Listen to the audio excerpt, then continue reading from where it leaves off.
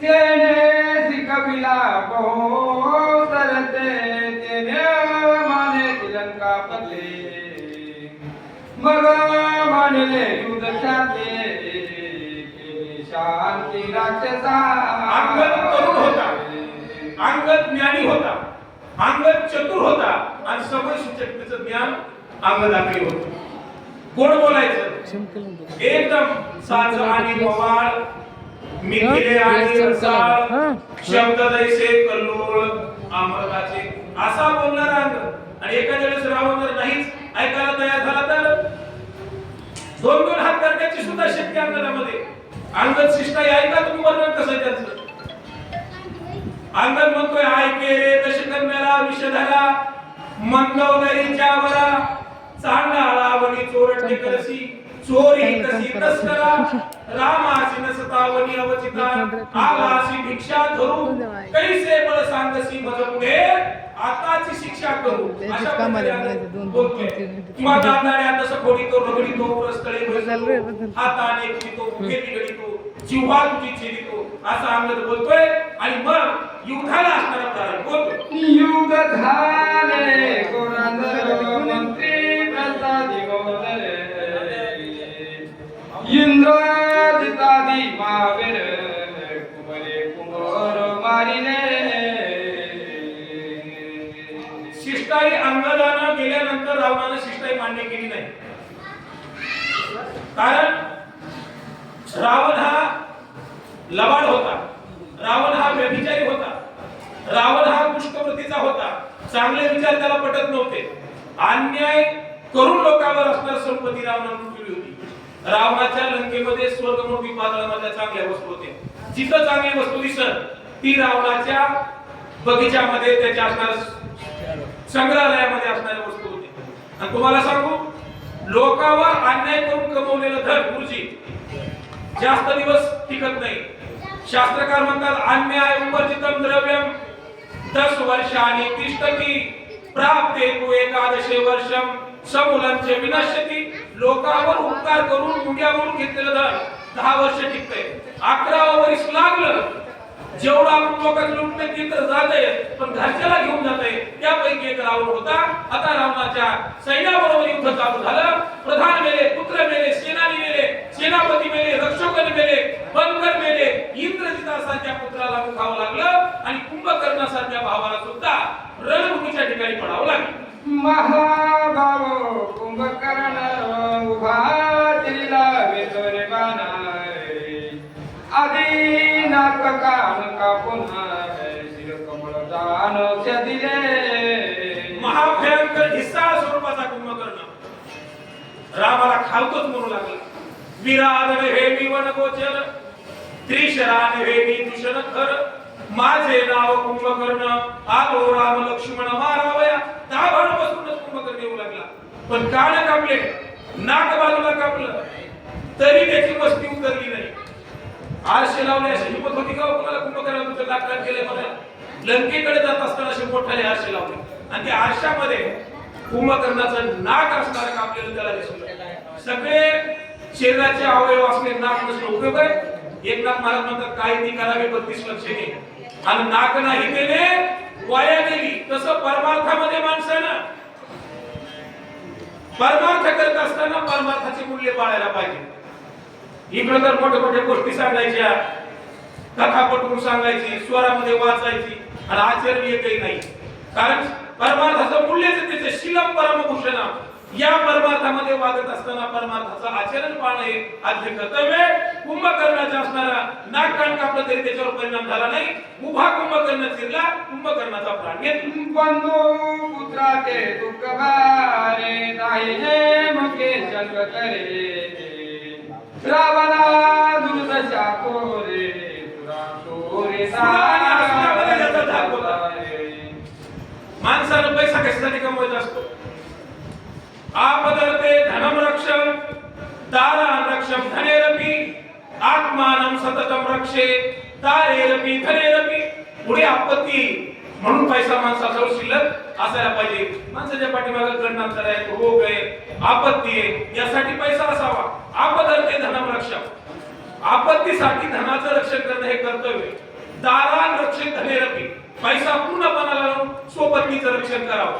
आणि आत्मानं सततम रक्षे, दारेरपी धनेरपी, स्वतःचं रक्षण, पैसा गेला तरी चालेल, बायको गेली तरी चालेल, पण स्वतःचा जीव माणसाला सर्वांमध्ये असणारा प्रिय आहे. पण रावणाला ती सुद्धा कळालं नाही, स्वतःच्या जीवाचं कळालं नाही. शेवटी युद्धभूमीच्या ठिकाणी युद्धाला असणारा समोर जावं लागलं. दुःखे आरंभला बहुत आतुर बलिहार गुणाचा माझे काही नवचले मत धातू खात करल कराय. रावण बलाढ्य होता. रावणाचं वय किती होतं? व्यंकट महाराज सीतेचं चोरी केली त्यावेळेस सीतेचे वय 18, रावणाचे दिव्यचा म्हातारा. हा, सीता 18 वर्षाची होती, रामाचं वय 23 वर्षाचं होतं आणि रावण युगायुगीचा म्हातारा होता. तरी त्या सीतेकडे पाप नजरानं असणारा रावणानं पाहिलं. कारण रावण हा विषयानं मुक्त होता, विषय त्याचा मावळलेला नव्हता. माणसं परमार्थाची म्हणजे विषय मावळला असं समजू नका. विषय विषयाचा बडी पाडू, गोड परमार्थ लागे कडू, कडू विषय तो गोडू जीवाशी झाला, किंवा विषय सेविका कोण तृप्त झाला. विषयाचं सेवन करत असताना कुणाची तृप्ती नसते. रावणानं सीतेची चोरी करण्याचं ठरवलं. सीता पर्णकुटीच्या ठिकाणी असताना आणि राम बाहेर गेले असताना एकली सीता बघितली पर्णकुटीच्या ठिकाणी. त्याला वाटलं पचत नसते. तुकोबारायनं खडतर सांगितलं, तू किती बी डोळे झाकून पाप केलंस, तुला वाटतं का लोकांना नाही बघितलं? माझं डोळे झाकून तू केलं म्हणजे लोकांना बघितलं नाही का तिला? कितीही तुम्ही गुपचूप पाप करा, मन जाणे पापा आणि माय जाणे पापा. तुकोबारायचं प्रमाण आहे. कुणाला जरी पाप माहित नसलं तरी मनाला तरी माहित असते आपण काय दिवा लावलेले. या युक्तीप्रमाणे रावणानं चोरी करण्याचं ठरवलं आणि ती सीता असणारा पचणे योग्य नव्हते. समोरासमोर युद्धाला असणाऱ्या रावणाला उभा टाकू लागलं. रामाच्या समोर उभा राहण्याची सुद्धा रावणाची हिंमत नव्हती. आदटवीर कुंभकर्ण रामे मारिला विंदो निबाण विंदोदित भावीर तरुण सुमित्री जाण निवडला. वानरानं अनेक राक्षस मारले. लक्ष्मणानं इंद्रजिताचा प्राण घेतला. आता रामाचा हाताने रावणाचा मृत्यू होईल. कारण रामायण आपण एक श्लोकी वाचतो. आदो राम तपोवनाधिगमनम हत्वा प्रगा कांचनम वैदेहीहरणम जटायुमरणम सुग्रीव संभाषणम वाली निर्दलनम समुद्रतरणम लंकापुरी दहनम पश्चात रावण कुंभकर्ण हननम एतद्वि रामायणम. कुंभकर्णाचा अंत झाला, रावण राहिले. रावणाचा अंत झाला की राम अवताराची पूर्णत्वा झाली. कारण माणसाला वाईट गोष्ट कधी सुचते? आपला वाईट काळ जवळ आला. आता रावणानं सीतेचं अपहरण केलं म्हणजे वाईट काळ जवळ आला. आणि सीतेला दुर्बुद्धी कशी सुचली? सोन्याचं हार असते का? न निर्मिता के न दृष्ट परवा न सूयते हे ममय पुरंगी तथापि प्रश्न रघुनंदनश्च विनाश काले विपरीत बुद्धी. वाईट काळ जवळ आला की विपरीत बुद्धी सुचते. तसं रावणाला ही बुद्धी वाईट सुचली आणि सीतेला सुद्धा चोळीविषयी मोह निर्माण झाला आणि रामचंद्र हरणाला मारायला गेले. ही संधी साधून रावणाने सीतेचं अपहरण केलं आणि रामाबरोबर युद्धाला तयार झाला. प्रधान मारिले आगवे सैनानी गेले देवे ये कर्या ना काय करावे ना गवे रघुनाथ. एकलाच रावण राहिला. एकलाच. रावणाच्या घरी किती माणसं होती? सगळे. रावणाला बायका किती होत्या? 80,000. पोरं 1,00,000. नातू 1,25,000. एवढी संतती होती. आणि संपत्ती केवढी होती? लंके माझी घरे किती ते ऐका सांगत से संख्या जैसी तैसी 500 घरे काशा आणि तांब्याची शुद्ध कांचनाची 7 कोटी. किती? नित्य सोन्याचे 7 कोटी घर होते रावणाचे. आपल्याकडे तोळा अर्धा तोळा असला की कान बी हलते आणि नाकही हलते, मोठे बी असे होते आपले. एवढी संपदा होती. रावणाबरोबर काय केलं? तुका म्हणे ज्याची संपदा एवढी आणि सांगा ते कवडी गेली नाही. परमार्थ बरोबर येतो फक्त परमार्थ हे महाधनन जोडी देवाचे चरण तुका म्हणे येते भजन प्रमाण आणि काय थोरपण जाळा येते त्या संपत्तीचा उपयोग होत नाही संतती सुद्धा कुणी बरोबर येत नाही रावणाची एवढी असून आणि आपल्याला असून किती येतून पोरंतून ती पुरी 5 किंवा 6 लई जुन्या काळात असलं तर 10-12 लेकर याच्या पलीकडे का बैन बंधूचा कळवळा हे तो जाणसी दयाळा तुझ्या दर्शनाने व्याकुळा अंती दूर राहिली कोणी तर बरोबर कोणीच बरोबर येत नाही रावणावर वेळ आली आणि सगळे माझे गेले म्हणून रावण शोक करू लागला काही माणसाला लय जुना आठवून शोक करायची गरज आहे आमच्या घरी एवढे माणसं होते एवढे मेले एवढी श्रीमंती होती 60-70-80 एकर जमीन होती आता 1-2 एकर आहे गेलेल्या गोष्टीचा शोक करायचा नाही गतो शोकोन कर्तव्य भविष्यम नैव चिंतेत वर्तमानेन कालेन परवर्तन्ति विचक्षणा पाठीमागून भूतकाळातल्या गोष्टीची खंत करायची नाही आणि भविष्यात काय होईल याची चिंता करायची नाही वर्तमान काळामध्ये आनंदामध्ये जीवन जगायचे आपलं काम आहे पण आपल्याला 50 पिढ्याचा घोर माझं कसं होईल माझ्या लेकराचं कसं होईल माझ्या नाताचं कसं होईल माझ्या पंतवाचं कसं होईल 25 पिढ्याचा विचार आणि यानं तर माणसाचं वाटलं झालं फक्त वर्तमान काळाचा विचार करा जीवन आनंदित जगा रावणाला चिंता वाटू लागली माझी लेकरं गेले पुत्र गेले पौत्र गेले बंधू गेले सेनानी गेले सेनापती गेले रक्षक गेले राक्षस गेले म्हणून रावण रडू लागला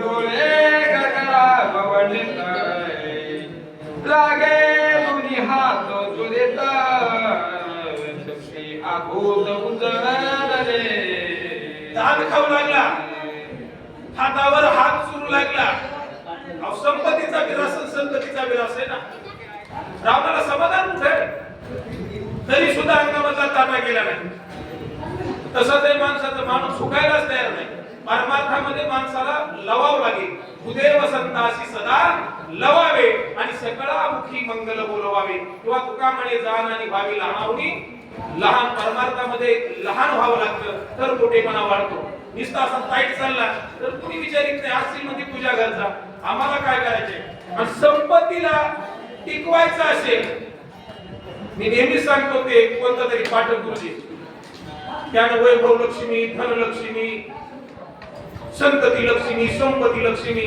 ते मार्गदर्शक महिन्यामध्ये करते तो बाया उपवास त्यानं जर लक्ष्मी येत असती तर मला वाटते सगळे लोक बाया श्रीमंत झाले असते इतक्या सुवासनी ठेवा त्यांना एवढे पुस्तकं द्या त्यांना कपडे करा आहेर करा यानं संपत्ती घरामध्ये येत नाही संपत्ती जर घरामध्ये टिकवायची असेल तर शास्त्रकारांना सांगितलंय मूर्खो यत्न पूजनते तुम्ही मूर्खाची पूजा कधीच करू नका धन्यम यत्रम सुसंचितम आपल्या घरचं धान्य संपू देऊ नका आणि दंपत्यो कलहो नास्ति तत्र श्री स्वयमागता मूर्खाचा कधी असणार आपण आदर करायचा नाही घरामध्ये असणारा अन्नधान्य संपू द्यायचं नाही आणि त्याच्यापेक्षा सुखी जर राहायचं असेल तर नवरा बायकोनं घरी भांडण करायचं नाही असं जर घर असेल तर त्या घरामध्ये तत्र श्री स्वयमागता तिथं लक्ष्मीला बोलवायची गरज नाही तिथं लक्ष्मी तर येतेच येते पण लक्ष्मी वल्लभतया जवळी लक्ष्मी सहित देव घरी ना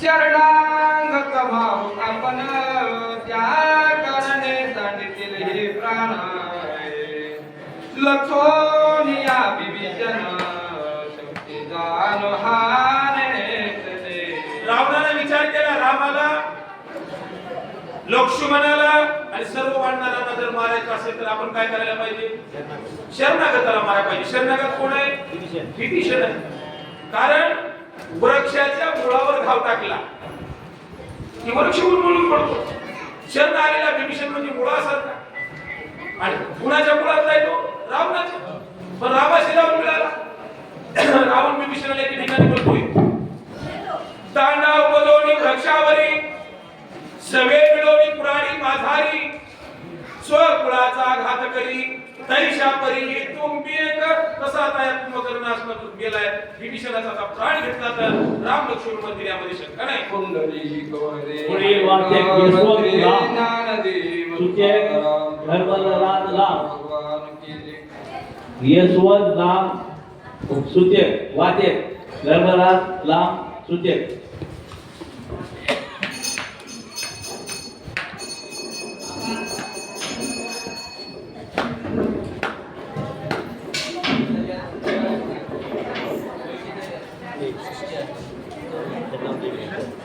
काय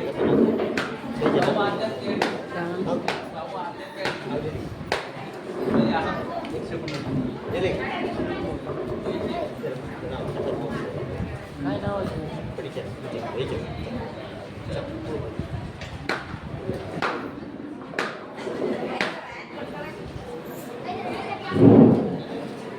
पुंडलिका हृदयार्क श्री ज्ञानदेव तुकाराम रामचंद्र भगवान की जय राम भक्त महाराज की जय ब्रह्म एकनाथ महाराज की जय श्री गणेशाय नमः सीतारामचंद्राय नमः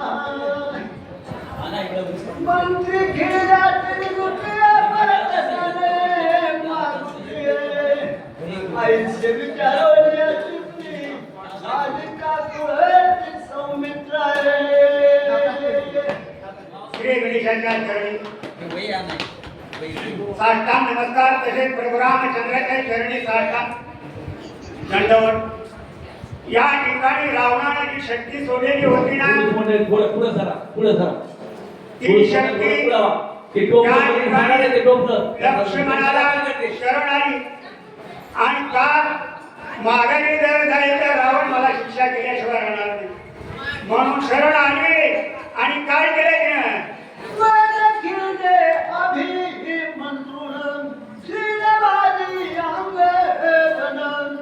मागे सरता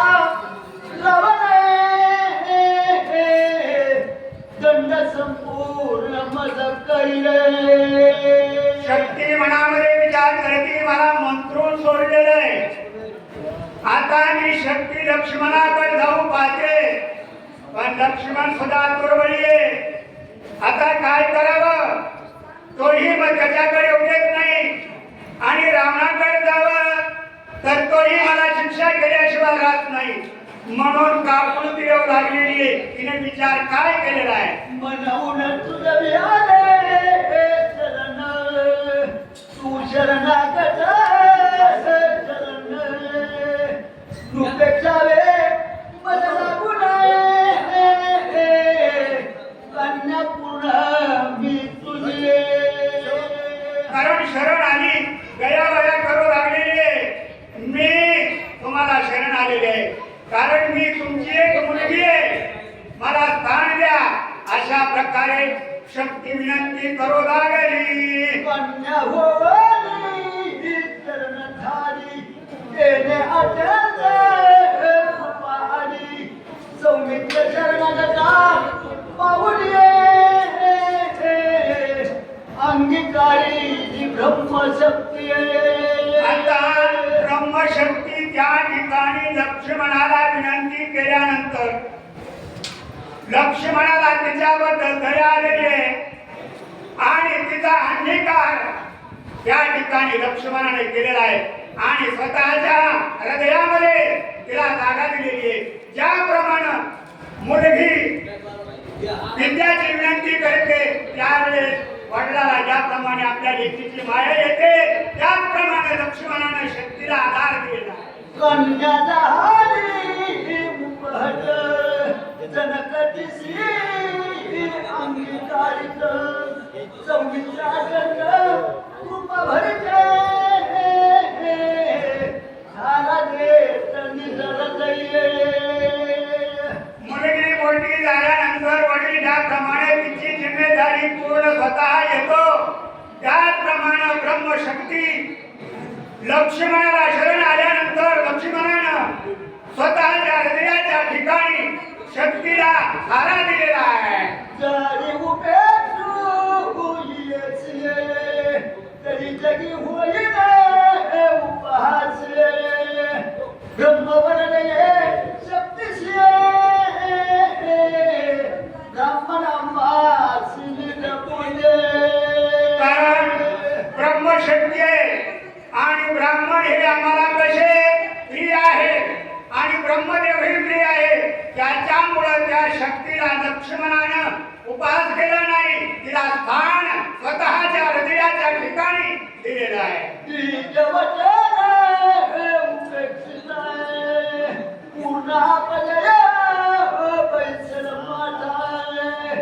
वडिले तरी शरणागत तरी अनर्था माझी पडिले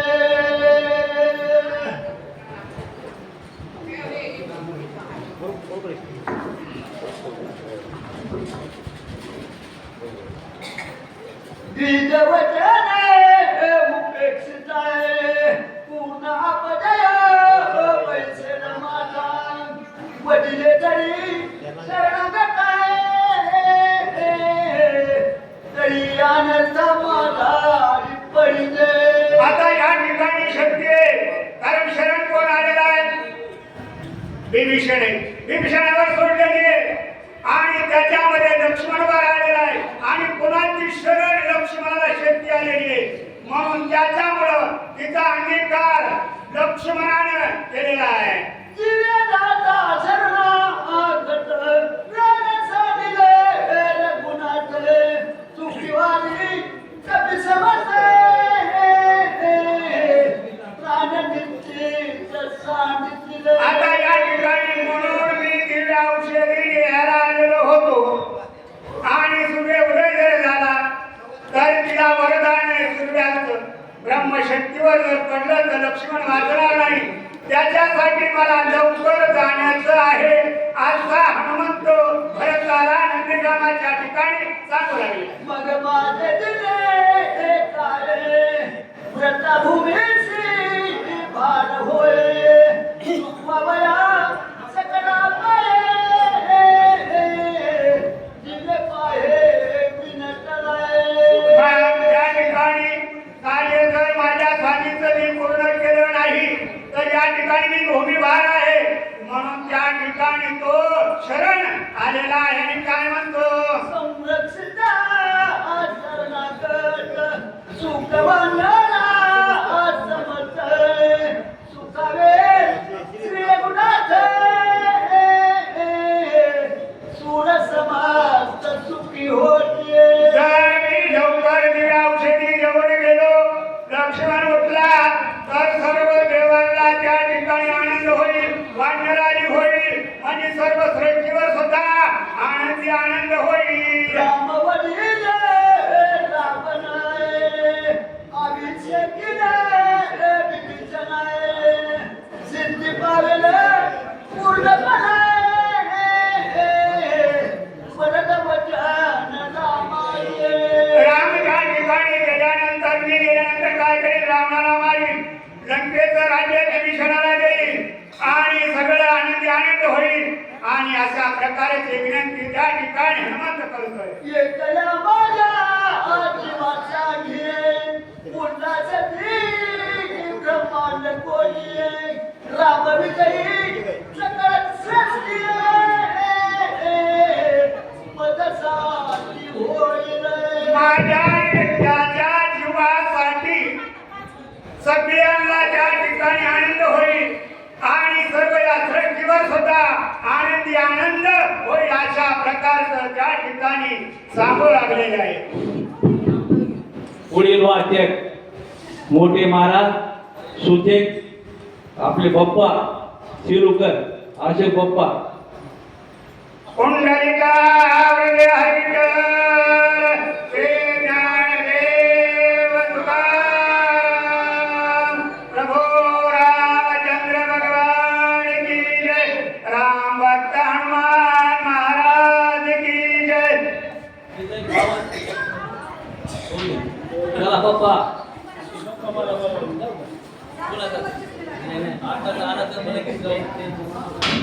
सकाळी पत्रिका घरी नाही दिल्या ते आता